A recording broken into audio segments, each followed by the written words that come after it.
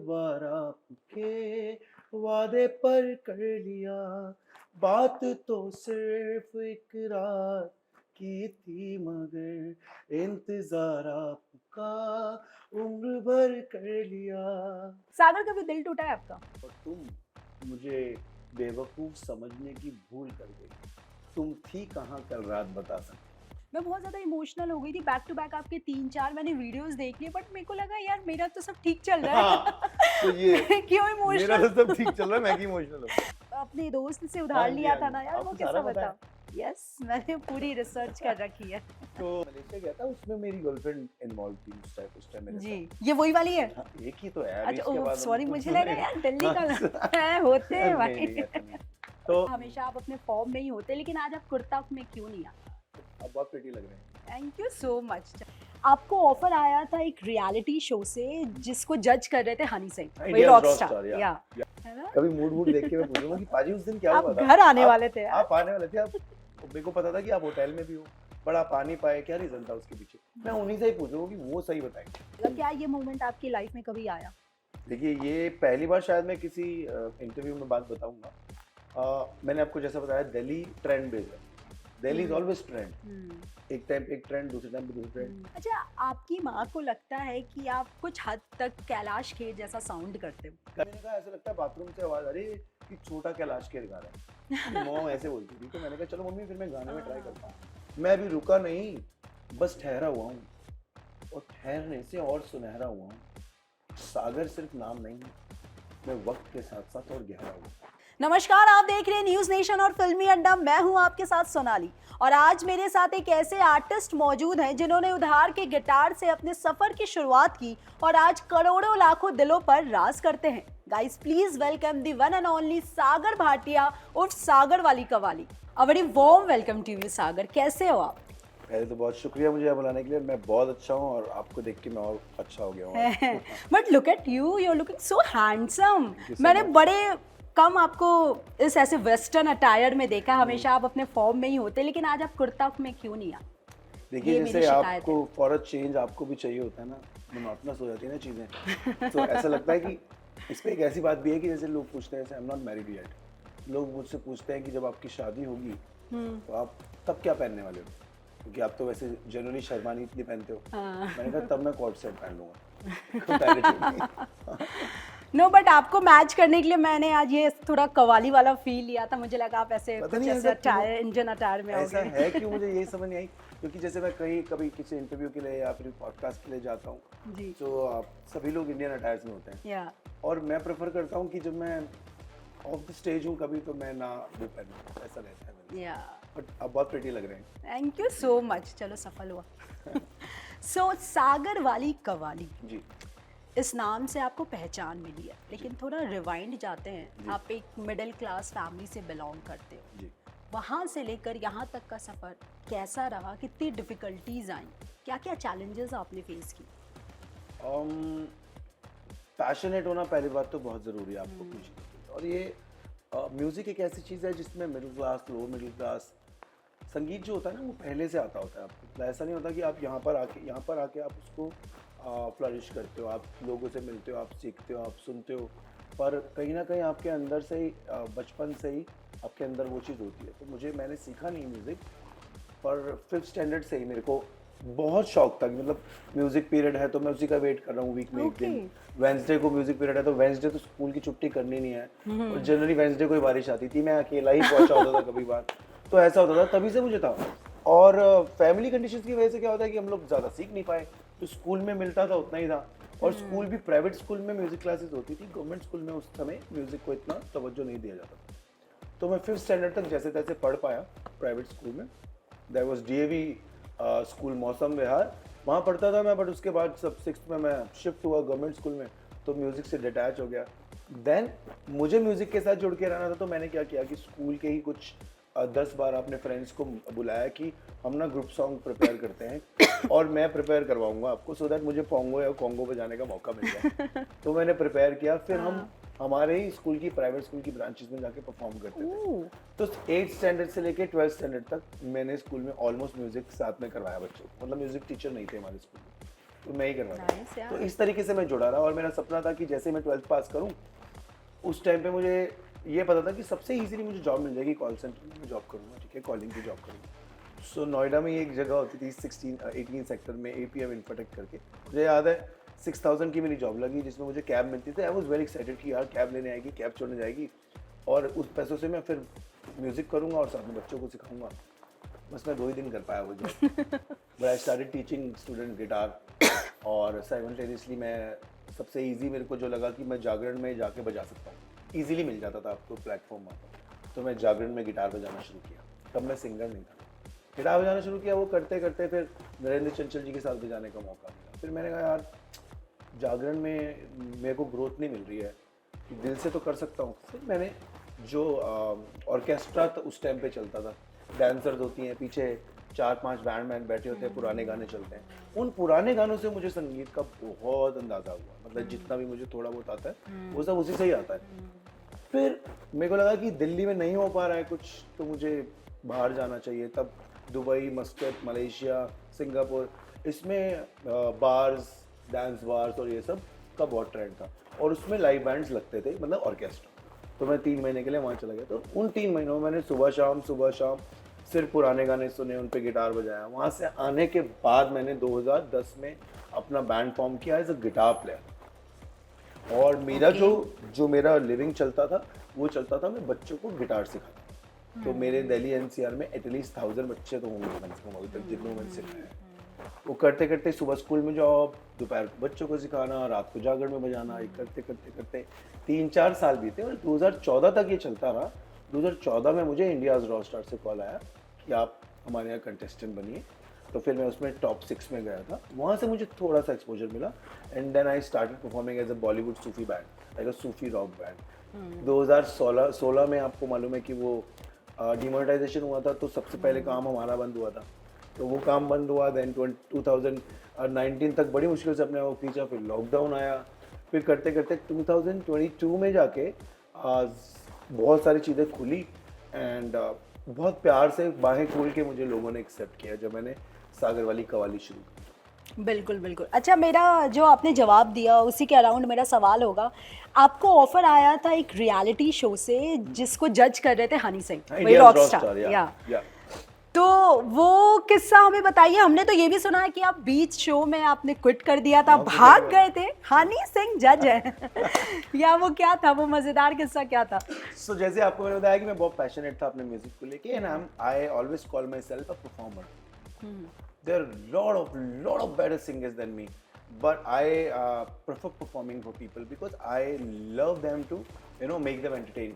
और लोग खुश होते थे, but reality show का अलग क्राइटेरिया होता है आपको। You have to just stick to your spots and cameras आपको follow करते हैं, and then you have to just be in your limits. Audience भी कम होती है, पर मुझे ऐसा नहीं पता था। मेरे को एज ए परफॉर्मर बुलाया गया था, तो जब मैं वहाँ गया तो मुझे बोला गया कि आप अपने हिसाब से परफॉर्म कर सकते हो। मैंने एक पहले शो में परफॉर्म किया, पहले एपिसोड में परफॉर्म किया एंड देन मुझे बोला गया कि nobody can follow you, you are just jumping from here and there एंड मैंने कहा this is how I perform. आपने इसीलिए बुलाया होगा शायद मुझे कि आपको यही चाहिए था।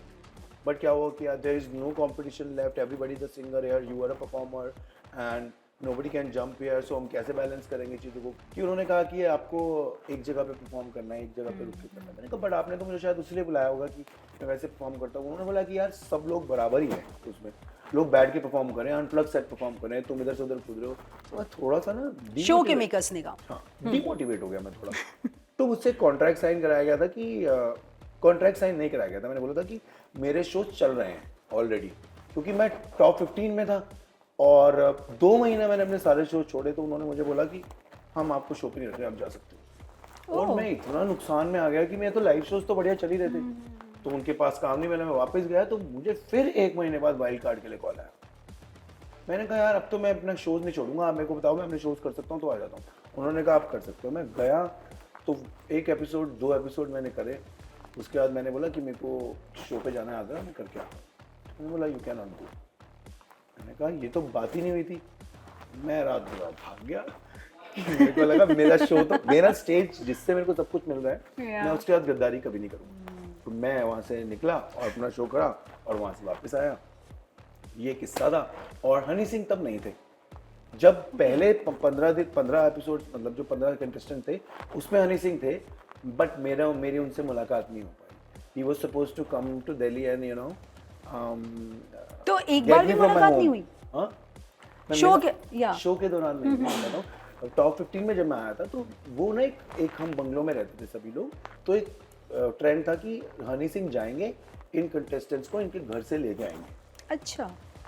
तो Darshan Raval was my friend and मैं और दर्शन एक रूममेट थे, बट अब दोस्त तो एक दूसरे से कुछ नहीं छुपाते। तो दर्शन ने बोला ब्रो मैं अहमदाबाद से आया हूँ ना, जो एक दिन के लिए अहमदाबाद गया था, तो वहाँ पे ना हनी सिंह आए थे मुझे लेने, और भाई मज़ा आ गया, बहुत भीड़ थी। तो दिल्ली में रहता है, दिल्ली में तो बहुत क्रेज है हनी पाजी का। मैं इतना एक्साइटेड, मैंने कहा वाह वो आएंगे। फिर कुछ बाद में मुझे पता चला 2-3 साल बाद कि उस टाइम उनकी तबीयत खराब थी, तो कुछ ऐसा हो गया कि वो नहीं आए। उन्होंने एपिसोड्स भी 1-2 ही किए रॉस्टार के। जब हनी सिंह जज नहीं थे, जब उनकी तबीयत खराब हुई, जब नए जज आए तो उन्होंने मुझे वाइल्ड कार्ड में बुलाया और मैंने 5 या 6 एपिसोड किए थे, 5 या 6 episode, and then I came back from that. That was the whole story.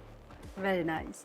अच्छा, इन बिटवीन अब कभी हनी सिंह से मिलने का कुछ ऐसा मौका? हाँ 100%। तो आप उनको ये किस्सा सुनाते हो? नहीं, मैंने कभी नहीं सुनाया। ओ, अभी तक नहीं सुनाया? मैं उनसे बात करने You की should. मैं उनसे बात मतलब मैं उनको बहुत मायर करता हूँ। 1-2 बार हम फ्लाइट में मिले, 1-2 बार हम दुबई में मिलते रहते हैं, मतलब म्यूचुअल भी काफ़ी चीज़ें हैं। तो मैं उनको बड़ा भाई मानता हूँ, तो मैंने कभी उनसे पूछा नहीं, पर मेरी इच्छा ज़रूर है ना? कभी मूड देख के मैं पूछूंगा कि पाजी उस दिन क्या हुआ था? घर आने वाले थे। आप आने वाले थे, आप मेरे को पता था कि आप होटल में भी हो, बट आप आ नहीं पाए, क्या रीज़न था उसके पीछे? मैं उन्हीं से ही पूछूंगा कि वो सही बताएंगे। या लवली।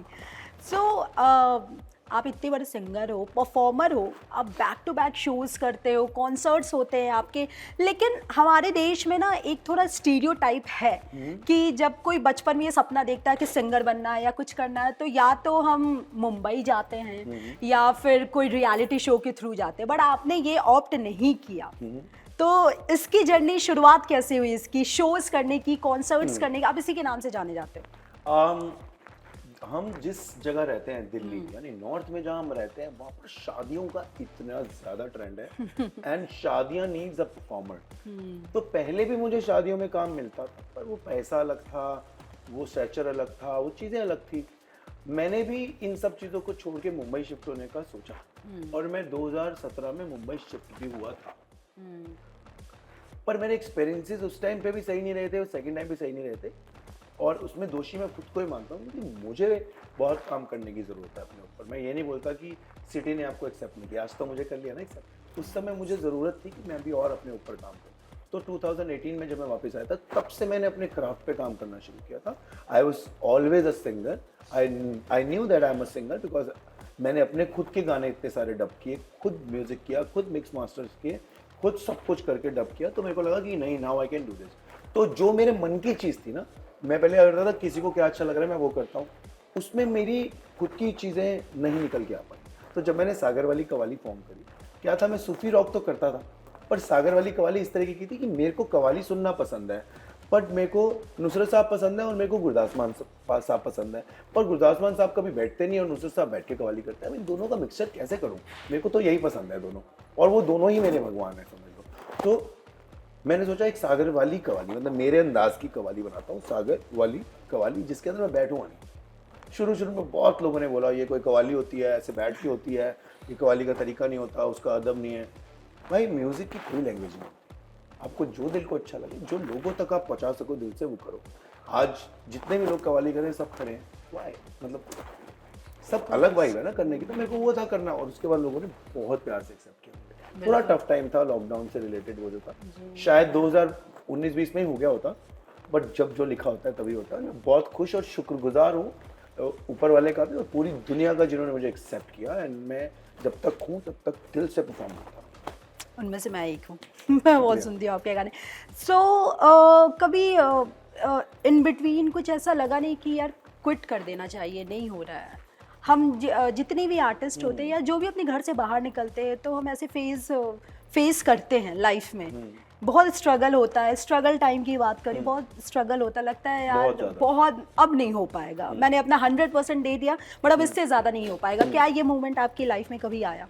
देखिए, ये पहली बार शायद मैं किसी इंटरव्यू में बात बताऊंगा। मैंने आपको जैसा बताया, दिल्ली ट्रेंड बेस है, दिल्ली इज ऑलवेज ट्रेंड। एक टाइम पे एक ट्रेंड, दूसरे टाइम पे दूसरा ट्रेंड।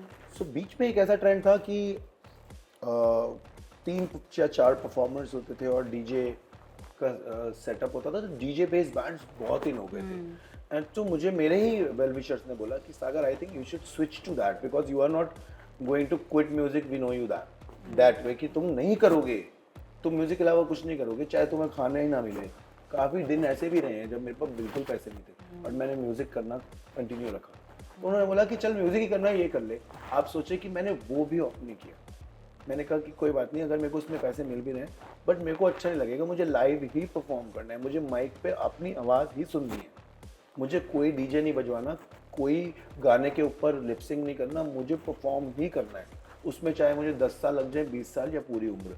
तो मैं वही वेट करता ना, शायद वही सब्र का फल है जो मिल रहा है। आई गेस मेहनत ज़्यादा है, जुनून लाइफ ज़्यादा में, है। वैसे जुनून मेरे of course, ये मेरी मॉम से आया है मुझे। उन्होंने कभी मुझे नहीं बोला, कि उनको भी मालूम था कि लाइफ बहुत टफ चल रही है, बच्चे की उम्र 27-28 साल हो गई है और बैंक में 2000 रुपये भी नहीं है, तो यार म्यूजिक छोड़ के कुछ और कर ले। उन्होंने बोला आज नहीं है बेटा, कल होंगे। या नाइस, तो कर तू काम। तो मैंने लिखा उस दौरान एक शेर लिखा, मैं अगर आपकी नज़र करूँ शेर, मैंने लिखा उस समय कि जिन्होंने बोला ना यार ख़त्म हो गया सब, इस कुछ नहीं हो पाएगा, तो मैंने लिखा कि मैं अभी रुका नहीं, बस ठहरा हुआ हूँ और ठहरने से और सुनहरा हुआ हूँ। सागर सिर्फ नाम नहीं है, मैं वक्त के साथ साथ और गहरा हुआ। ये लिखना भी उसी दौरान शुरू किया।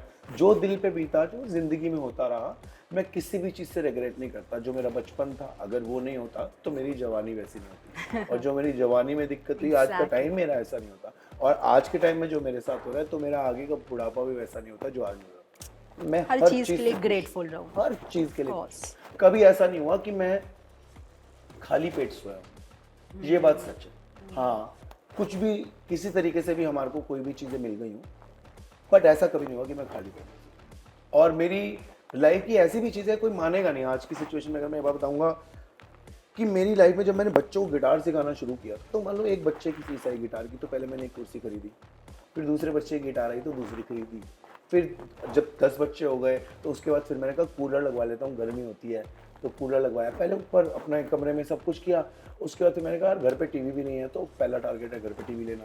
फिर मैंने कहा टीवी नहीं लेता, एक काम करता हूँ, पहले ना सिंक बनवाता हूँ जिसमें बर्तन अच्छे से धुल सके, ईजी हो जाए।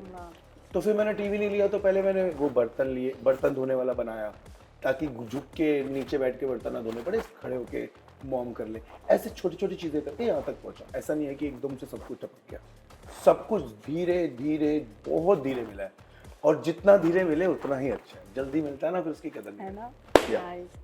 अच्छा, आपके करियर को बनाने में आपकी माँ का, जैसे आपने कहा, बहुत बड़ा रोल रहा है। मैंने एक किस्सा सुना है आपके बारे में, वो स्कूल का वो फैंसी ड्रेस कंपटीशन, तो उस टाइम आपने पार्टिसिपेट किया होगा, बट कॉस्ट्यूम खरीदने के आई गेस आपके पास इतने पैसे थे नहीं, तो आपकी मदर ने कैसे सब कुछ अरेंज किया, प्लीज हमें बताइए।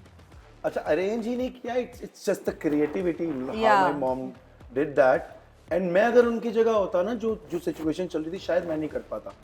इसलिए जो लाइफ की डिफिकल्ट सिचुएशंस आई तो मैंने सीखा यार, मॉम ने उस टाइम कर लिया। तो हुआ ये था कि छोटे बच्चे को क्या चाहिए होता है, जब फैंसी ड्रेस होता है तो उसको एक अवतार में आना होता है। कि जैसे किसी ने बोला कि मैं राम जी बनूंगा, किसी ने बोला कि मैं शिव जी बन के जाऊँगा, किसी ने बोला मैं डॉक्टर बनूंगा, किसी ने बोला मैं इंजीनियर बनूंगा।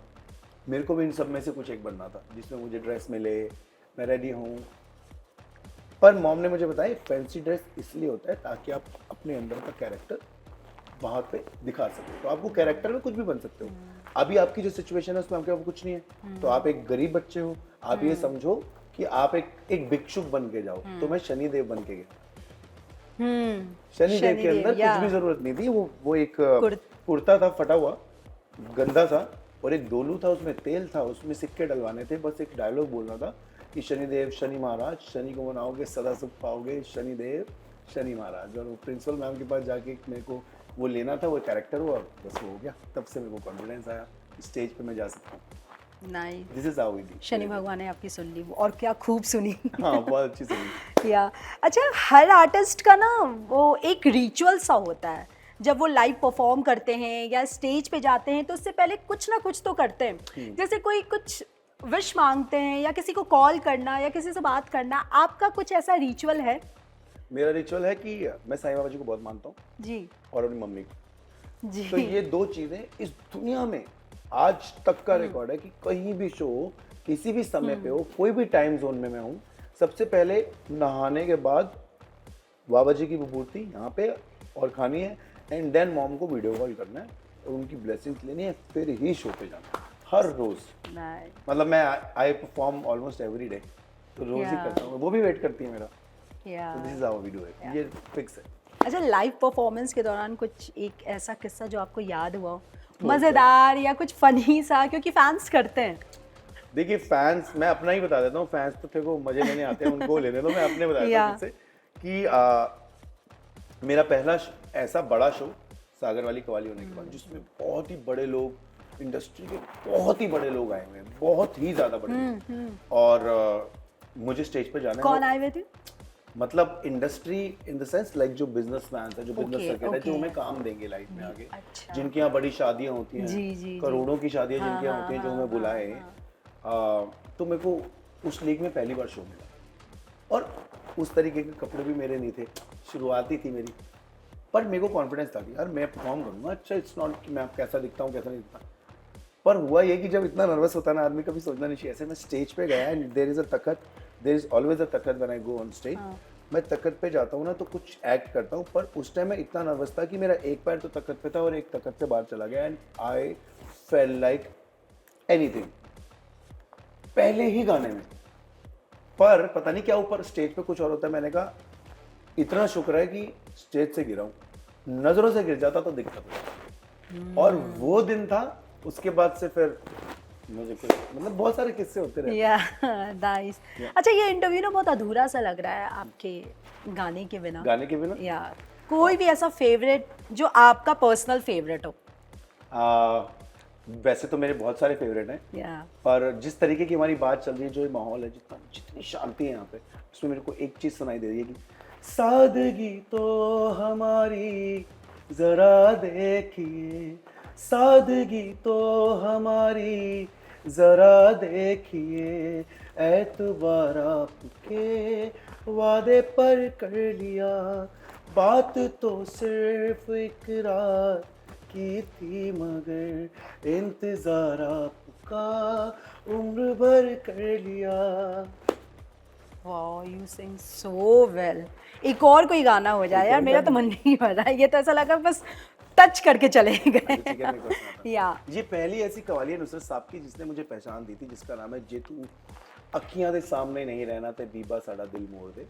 और ये अगर जितने भी दर्शक सुन रहे हैं, शायद उन्होंने सुना भी हो, तो मैं वो गाता हूँ कि जे तू अखियां दे सामने नहीं रहना ते बीबा साड़ा दिल मोड़ दे, असा नित दा वछोड़ा नहीं हो सहना ते बीबा साड़ा दिल मोड़ दे, जे तू अखियां दे सामने नहीं रहना ते बीबा साड़ा दिल मोड़ दे।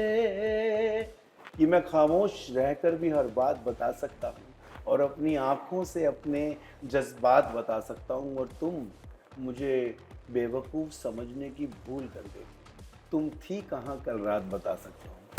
वो क्रेजी। सागर, कभी दिल टूटा है आपका? तो ये ऐसे थोड़ी लिख पा रहा है हूँ ना? बहुत सारी शायरियाँ जो मैं लिखता हूँ, बहुत सारे जी। गाने जो मैं लिखता जी। हूँ, वो सभी किसी ना किसी चीज़ से, इंसिडेंट से इंस्पायर्ड होते हैं। आप कोई भी अगर मेरी ज़िंदगी का किस्सा मेरे से बात कर रहे हैं, अगर आप कहें कि इस पे कुछ सुनाओ, तो मैंने उस पर कुछ लिखा होगा 100%। तो मैं करता ही हूँ, मतलब ऐसे ही चलता है। या बट आपने इसका जवाब नहीं दिया, किसने तोड़ा आपका दिल? देखिए वो कौन है, वो कहाँ है? इसका भी बहुत कमाल शेर में आपको जवाब देता हूँ कि जब दिल तोड़ा तो सागर था, और जब दिल जोड़ना था तो सागर वाली कवाली बन गई ना। तो 2-3 शेर ऐसे कि जब काफी साल बाद मेरे पास कॉल आया था उनका, तो मैंने पहली बार उनको ये बोला था कि मैंने कहा था आपको कि आज ब्लॉग कर रही हो, कल सर्च करोगी। किनका? वही तो बात है, पहले इसको वो बोल देते हैं। उनका कॉल आया कि यार आप आज जो शायरियाँ बोल रहे हो मेरे नाम पे बोल रहे हो, तो मेरा नाम क्यों नहीं लेते? अच्छा, इसमें भी क्रेडिट? हाँ। तो मैंने कहा मैं इसीलिए किसी को बताने वाला नहीं, क्योंकि तेरा मेरा रिश्ता अब समाने वाला नहीं। और अगर लौट के आना चाहती हो तो इतना याद रखना कि सागर तुम्हारा दोस्त तो है मगर पुराने वाला नहीं। तो इसलिए मैं आपको नाम नहीं बता सकता, ठीक है, क्योंकि क्रेडिट नहीं देना। फिर मैंने बहुत सारी चीजें यार, जैसे प्लीज बताओ जैसे ना। वो लौट के आई। जी, अच्छा, फिर ऐसा हुआ जब आपको सक्सेस मिला, फेम मिला? हाँ, बीच में रॉकस्टार के टाइम पे उनके लिए वो फेम था। ऑफ कोर्स यार, अब टीवी रॉकस्टार के टाइम पे आई थी, तो मैंने कहा मेरे को यही चीज चाहिए, मतलब I want this in my life because it's been 8 years that I am just waiting for you, है ना। Oh. तो उन्होंने बोला कि चलो ठीक है, and then I got to know that in next 2 months उनकी शादी हो गई। तो फिर जब उनका कॉल आया काफी टाइम बाद, शादी के बाद? बहुत टाइम बाद शादी के, जब कॉल आया तो मैंने पहचान लिया और मैंने कहा मेरे को याद है तुम्हें, मैं कहता कि तुमने मेरा दिल तोड़ा है, तुम्हारा दिल भी एक दिन बेचैन होगा और मजा तब आएगा जब तुम्हारा पति भी मेरा फैन होगा। सुन रही हो? 100% है। Yeah, of course. Yeah, this is how see it's all fun now, no grudges, nothing. Yeah. हर इंसान आपको कुछ ना कुछ दे के जाता है। मैं कह रहा हूँ जो भी हाँ. मेरी लाइफ में हुआ है ना, उसकी वजह से कुछ बेहतर ही हुआ है। आपकी लाइफ में कुछ भी हो, जितने भी लोग भी देख रहे हैं, बुरे से बुरा भी हो रहा है ना, at the end of the day कुछ ना कुछ उसमें अच्छा होगा। आप वो अगर वो साइड देखने की कोशिश। अच्छा, आप आज के जनरेशन को क्या ऐसा मैसेज देना चाहते हैं जब उनका दिल टूटता है? तो आज के जो ये जेनजी वाले हैं बहुत ज़्यादा इमोशनल हो जाते हैं। नहीं, बहुत कुछ ऐसे हैं वो सीरियस ले लेते हैं इन सारी नहीं। चीज़ों के। अच्छा, नहीं होते? नहीं, ओके। जेनजीज तो कभी सीरियस नहीं होते। नहीं, मुझे नहीं पता, मैंने ऐसा कोई जेनजी नहीं देखा। हमारे But टाइम पे काफी- मूवीज ऐसी होती थी हाँ। ना, जब हम पिक्चर देख के घर आते थे। इंतजार नहीं करते हैं।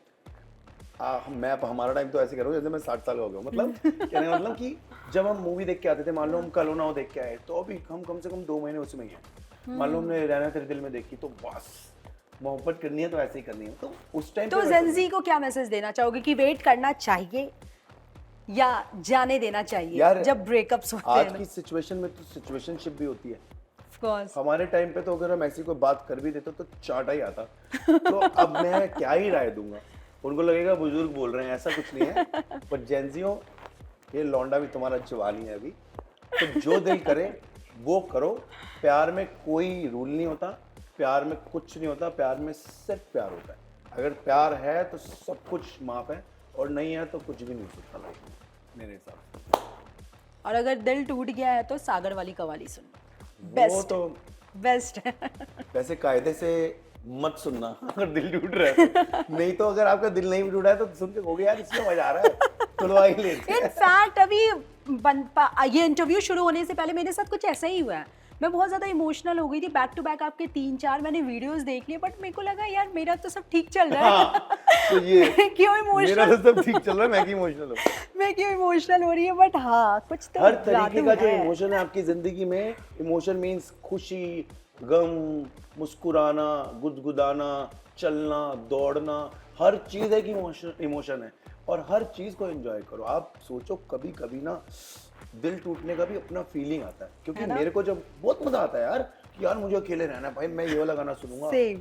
बहुत मजा आता है। कभी कभी आपको हाँ। उदास होने का मजा आता है, हाँ। कभी हमेशा खुश रहोगे मोनोटोनस हो जाओगे, हमेशा दुखी रहोगे मोनोटोनस हो जाओगे, डिप्रेशन में चले जाओगे।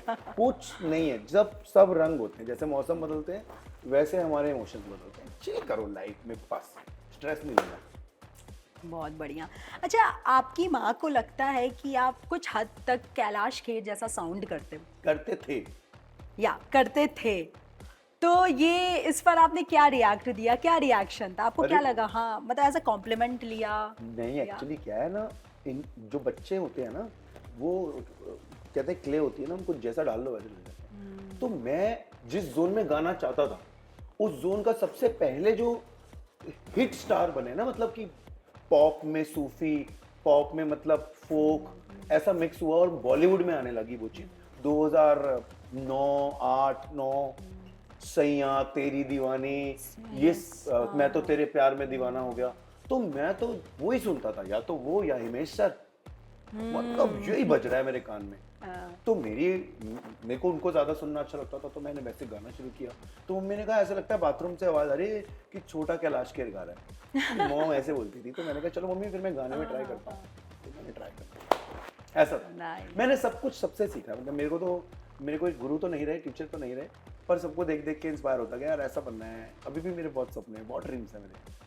Wow yeah Sagar, you are too good with your words. मुझे बहुत मजा आ रहा है आपसे बात करने में। क्या मुझे लगता है आपको सच रहना चाहिए। आप है ना, दिल से बोलो। आप प्लान करके बोलोगे ना, हो सकता है मेरी कुछ बातें इधर से उधर हो जाएं, लोग पकड़ लें, कम से कम मैं सच बोल रहा हूँ, पूरी लाइन एक ही साथ बोल रहा हूँ तो सच बोल रहा हूँ, यही फीलिंग है मेरी। अब मैं इतना ज्ञानी तो नहीं हूँ कि हर चीज़ सही बोलूँ, पर जितना पता है उतना बता देता हूँ। या अच्छा, कभी बिग बॉस में जाने का मौका मिले तो? मिला था। ओह, रिजेक्ट कर दिया? मैं आपको बताता हूँ, 2022 2nd July 2022 I got to perform for the first time in front of public as सागर वाली कमल। इसकी स्टोरी तो सबको ही पता है कि मतलब वो टाइम बहुत डिफिकल्ट था, बहुत डिफिकल्ट टाइम था, ट्रस्ट मी, मैं बहुत डिफिकल्ट टाइम था। तो जब मैंने वो परफॉर्म किया ना तो बहुत ही रॉ था मैं, मतलब अभी भी रॉ ही हूँ, बट ये मैंने कोट पहन लिया, चश्मा पहन लिया, क्योंकि मेरी देखो नींद नहीं पूरी हुई, इसलिए मैं चश्मा पहना हुआ, ऐसा नहीं मुझे स्टाइल मार रहे। तो बहुत रॉ था मैं उस टाइम पे। तो मैंने कहा कुछ भी पहनना है, पहनूं क्या। तो उस टाइम मैंने एक लेगिंग्स होती है मॉम से, मैंने कहा आपको वाइट कलर की लेगिंग्स दो, मैं क्रिएट करूंगा, और एक अनारकली लिया, मेरे फ्रेंड का पड़ा हुआ था मेरे पास, तो एक मेरी फ्रेंड की सिस्टर की शादी था इंडो, उस तीनों को पहना और साथ में पहनी जुत्ती और परफॉर्म कर दिया, और वो बहुत सुंदर दिखा। मतलब कभी कभी चीज़ें होती है ना, बन जाती हैं। तो वो मेरा आज भी अटायर है, आप देखना वो ही पहनता हूँ मैं, कभी पहनता नहीं हूँ कुछ। तो जब मैं वो पहन के परफॉर्म किया, देन मेरे को डांस करने का, नाचने का शौक, वो सब ना एक पैकेज बन गया। आई टर्न्ड, मैं घूमा, बहुत सारी चीज़ें हुई, लोग क्रेजी हुए, उन्होंने वीडियोस बनाई, वायरल हो गई। जैसे आप वायरल होते हो ना, तो सबसे पहला काम आपकी ज़िंदगी में यही होता है कि आपको वहाँ से जाना, बिग बॉस होता है। मेरे को आया था, और मेरे को पैसे भी ऑफर होते हैं, सब कुछ होता है। अब मेरी मैनेजर के थ्रू मुझे पता चला, पर मैंने सोचा जिस चीज़ के लिए तू सारी उम्र रोता रहा कि मैं करूँगा तो म्यूज़िक ही करूँगा।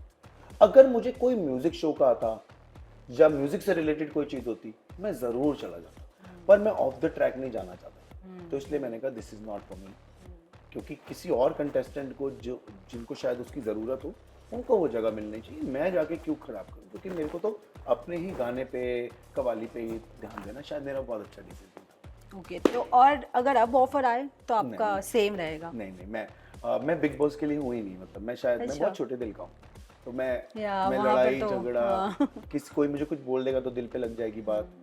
मैं चाहता ही नहीं कि मेरे साथ मैं ऐसी जगह पे रहूँ कि मैं किसी को नीचा दिखाऊं या ऊपर दिखाऊं। मैं अपनी लाइफ में खुश हूँ। सो सागर, आप मलेशिया भी गए थे? हाँ, वो जो मैंने आपको बताया ना। हाँ, वहाँ के बार में भी आपने एज अ गिटारिस्ट परफॉर्म किया था। तो पहले आप गिटार ही प्ले करते थे, वो भी आपने उधार अपने दोस्त से उधार लिया था ना यार, वो किस्सा बताओ। यस, मैंने पूरी रिसर्च कर रखी है। तो जो मैं मलेशिया गया था, उसमें मेरी गर्लफ्रेंड इन्वॉल्व थी उस टाइम मेरे जी, ये वही वाली है? हाँ, एक ही तो है। अच्छा, सॉरी, मुझे लगा यार दिल्ली का है, होते हैं भाई। नहीं, ऐसा नहीं है। तो मेरी और उसकी डिस्कशन हुई, बोला यार सागर, यार तू जागरण में बजाता है। तो हुआ है कि जागरण में बजाते बजाते ना, मैं उसको हमेशा बोलने लगा, अब तो मेरा आज शो है, मैं तो शो पे जा रहा हूँ, हाउ इज द क्राउड। वो तो पूछेगी ना हाउ इज द क्राउड। मैं जागरण में बैठा हूँ, ये एक नाली पे दो टांगे कुर्सी के आगे, दो पीछे, और वहाँ पे एडजस्ट होके बैठ के परफॉर्म कर रहा हूँ। पर उसको मैं ये बता रहा हूँ कि क्योंकि मेरे ड्रीम्स वही थे कि मैं वो कॉन्सर्ट करने लाइक में शोज करने लाइक। तो दो कुर्सी आगे, कुर्सी के दो टांगे नाली के एक तरफ और मैं बैठ के एडजस्ट करके बजा रहा हूँ। तो मैंने उसको, एक दिन मेरी गलती थी, उस दिन के बाद से मैं झूठ नहीं बोलता, तो मैंने उसको बोला कहाँ जा रहे हो, मैंने कहा आज मेरा शो है। तो कह रही हाँ आज मुझे भी कहीं जाना है। तो मैं चला गया, वहाँ पे चौकी थी, किसी के घर पे प्राइवेट चौकी, माता रानी की चौकी थी, तो मैं बजा रहा था। She enter with her family, और मैं गिटार बजा रहा हूँ। मैं तो उसको हमेशा ये बोल रहा था कि यार मैं शो पे जाता हूँ, क्योंकि मुझे करना था शो। देन मैं बहुत एम्बैरेस हुआ, तो मेरी उससे बात हुई, मैंने कहा अच्छा मुझे क्या करना चाहिए। उसने कहा यार कुछ ऐसा कर कि मेरे को लगे घर, क्योंकि she already loved me, she was also loving me so much. तो उसने मेरे को बोला कि तू कुछ ऐसा कर मैं अपने घर वालों को बता सकूँ कि तू ये करता है। मैंने कहा मैं इंडिया से बाहर चला जाऊँ नहीं। तो मेरे को ना एक मौका मिला, मैंने सारे बच्चों को बोला कि मेरे को 3 महीने का टाइम दो, स्टूडेंट्स को, मैं जाता हूँ। तो मेरे को 20,000 रुपीज़ सैलरी मिली। It was not about salary, it was about कि मैं बाहर जाके आऊँगा। वहाँ जाके मेरी लाइफ चेंज हो गई, बता आपको, क्योंकि पैसे तो नहीं मिले, वो भी छूट गई, पर जो वहाँ संगीत सीखने को मिला ना, वो यहाँ पे नहीं मिलता। वो एक कुएं का मेंढक बन के रह जाता मैं। तो मैं जब वहाँ गया, मैंने पुराने गाने सुने, हर रोज़ 3-3, 4-4 घंटे गाने बजाना, डांट खाना कि इस पे गिटार का पार्ट है, आप बजाते नहीं हो, आपको गिटार बजाना नहीं आता। तो फिर मैंने सबको बोला मेरे को सिखाओ थोड़ा थोड़ा। जो मेरे कीबोर्ड वाले भैया थे, हैरी नाम था, उन्होंने मेरे को सिखाया। जो ढोलक बजाते थे उन्होंने सिखाया। तो 3 महीने बाद में एक डिफरेंट पर्सनालिटी था जब घर आया। Then I met her and I said that I want to pursue my things and I don't want to lie to anybody. I am still working as orchestra guitar player but I will be soon performing in my band as a guitarist. तो वो बोली तुम्हें तो बहुत time लग जाएगा। मैंने कहा टाइम फिर जितना भी लगेगा। तो यही रीज़न था हमारा दूर दूर जाना। तो मैंने इसलिए बोला कि आज ब्लॉग कर रही हो, कल सर्च करूँगी और इतना नाम कमा लूँगा कि मुझे देखने के लिए पैसे खर्च करूँगा। अच्छा, उनके लिए एक गाना अब? उसके लिए नहीं गा पाऊँगा, मतलब बिल्कुल भी नहीं। इतनी वैल्यूएबल ही नहीं है। नहीं वैल्यू नहीं, मतलब फीलिंग ही नहीं आ रही। तो without feel I can not do anything. या वैसे अगर जो मेरी कभी जिनसे मैं बहुत मोहब्बत करूँगा उनके लिए मैंने एक गाना सोच के रखा हुआ है। So are you single?